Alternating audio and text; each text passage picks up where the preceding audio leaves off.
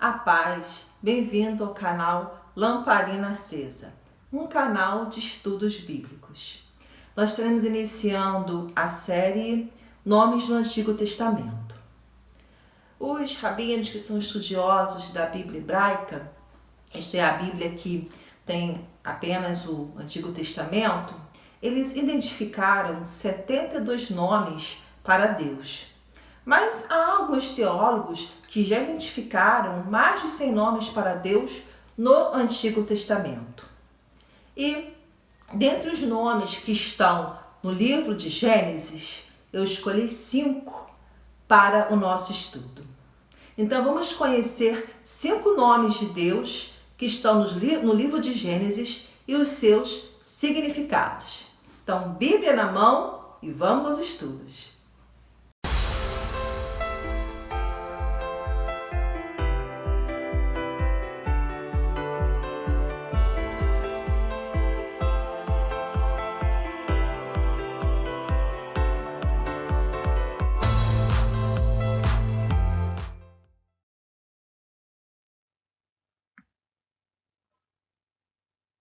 Elohim, Deus Criador. Em Gênesis 1:1 está escrito: no princípio criou Deus os céus e a terra. Deus já se revela no primeiro livro da Bíblia, no primeiro capítulo e no primeiro versículo, que Ele é o Deus Criador, aquele que criou todas as coisas e que é também um Deus soberano e que todas as coisas estão submetidas ao seu poder. Vemos também que Elohim é um termo que está no plural de Elohar, Deus, que significa Deus ou deuses. E também pode indicar plenitude do poder de Deus, governo real de Deus e alusão à Trindade. Então, já no primeiro capítulo do livro de Gênesis, no primeiro versículo, Deus já anuncia que Ele não está sozinho, que também está com Ele o Deus Filho e o Deus Espírito Santo. E como o termo está no plural, faz alusão à Trindade, conforme está lá escrito em Gênesis 1:26, que diz o seguinte: também disse Deus, façamos o homem à nossa imagem, conforme a nossa semelhança. Tenha ele domínio sobre os peixes do mar, sobre as aves dos céus, sobre os animais domésticos, sobre toda a terra e sobre todos os répteis que rastejam pela terra. Então, esse termo Elohim, ele está no plural justamente por isso, porque está fazendo alusão à Trindade, ao Deus Pai, Deus Filho e Deus Espírito Santo. É assim que nós podemos, já no início da Bíblia, dizer que Deus é um Deus único, mas que ele se subsiste em Deus Pai, Deus Filho e Deus Espírito Santo.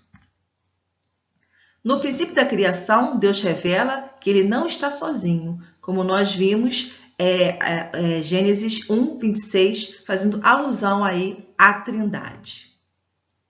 Podemos encontrar o termo Elohim mais de 2.600 vezes no Antigo Testamento, podendo significar outros termos como anjos e juízes. Deus demonstra sua soberania como o Deus criador e sustentador de todas as coisas.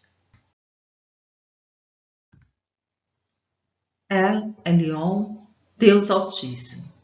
Encontramos essa expressão em Gênesis, capítulo 14, versículo 18, que diz: Melquisedeque, rei de Salém, trouxe pão e vinho, era sacerdote do Deus Altíssimo.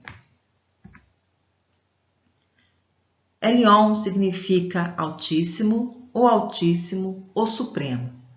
A palavra serve de epíteto para Deus, isto é, uma palavra que serve para qualificação ou elogio a Deus.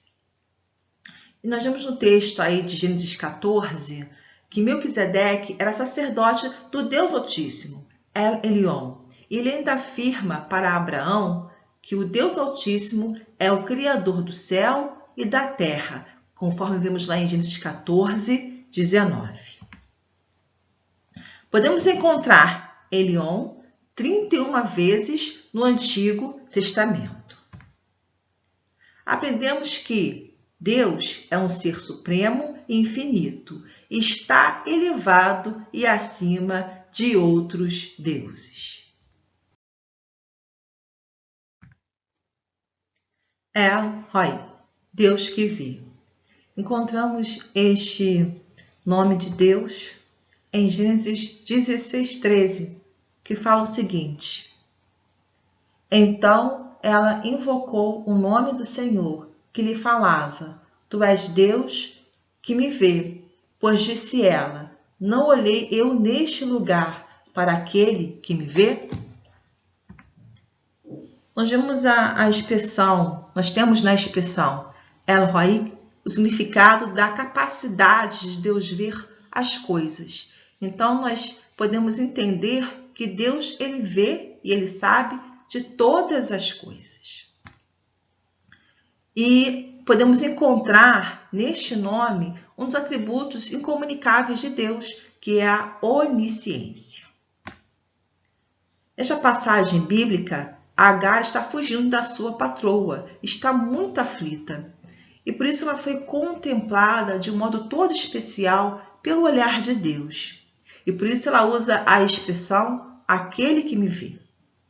Ela sente então o cuidado de Deus para com ela. E coloca o nome do poço que está ali naquele local de Ber Lahai Roi, aquele que ouve e me vê.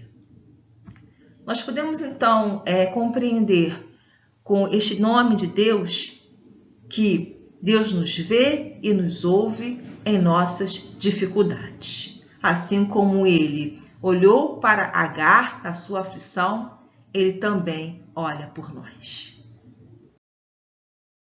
Então, o quarto nome de Deus, que é El Shaddai, que significa Deus Todo-Poderoso. E podemos encontrar esse nome de Deus lá em Gênesis 17, 1, que diz o seguinte: Quando atingiu Abrão a idade de 99 anos, apareceu-lhe o Senhor e disse-lhe: Eu sou o Deus Todo-Poderoso, anda na minha presença e sê perfeito. Shaddai significa Todo-Poderoso. E esse termo aparece 49 vezes no Antigo Testamento. E só no livro de Jó ele pode ser encontrado 31 vezes. O termo é encontrado em textos bíblicos que narram as promessas de Deus, indicando que o Eterno, o Todo-Poderoso, pode cumprir todas as coisas. Então nós entendemos que o Deus Todo-Poderoso é um Deus onipotente. Isso aponta para mais um dos seus atributos incomunicáveis. El Shaddai, o Deus Todo-Poderoso, nos revela que ele é onipotente. Vamos então conhecer o quinto nome para Deus que se encontra lá no livro de Gênesis, que é El Olam, Deus Eterno. Encontramos o nome lá em Gênesis 21, 33. Que diz o seguinte: Plantou Abraão tamargueiras em Berseba e invocou ali o nome do Senhor, Deus Eterno. A palavra Olam significa um tempo muito longo, mas quando usada acerca de Deus, refere-se a um tempo além dessa esfera temporal. Significa então, se refere à eternidade.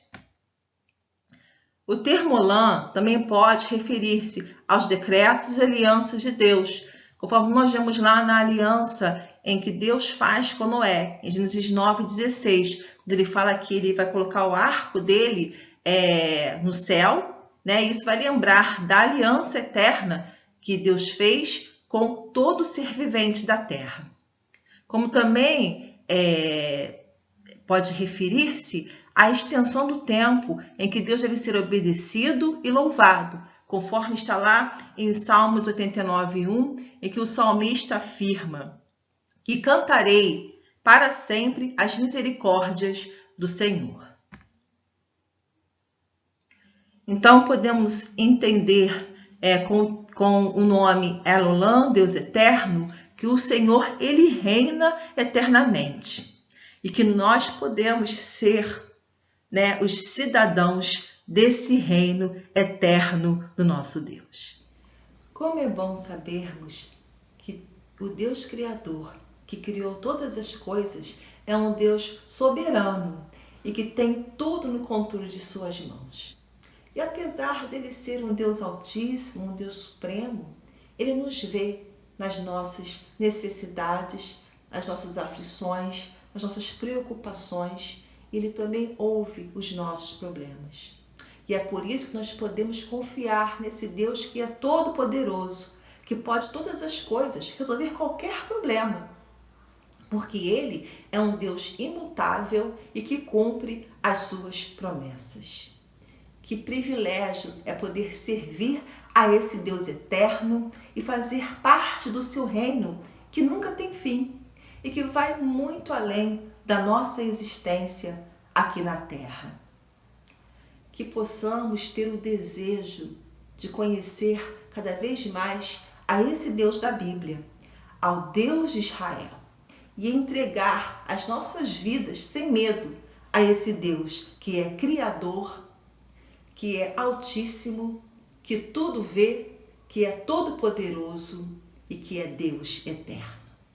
Deus te abençoe e eu te espero na próxima semana com mais um vídeo da série Nomes no Antigo Testamento. Até lá!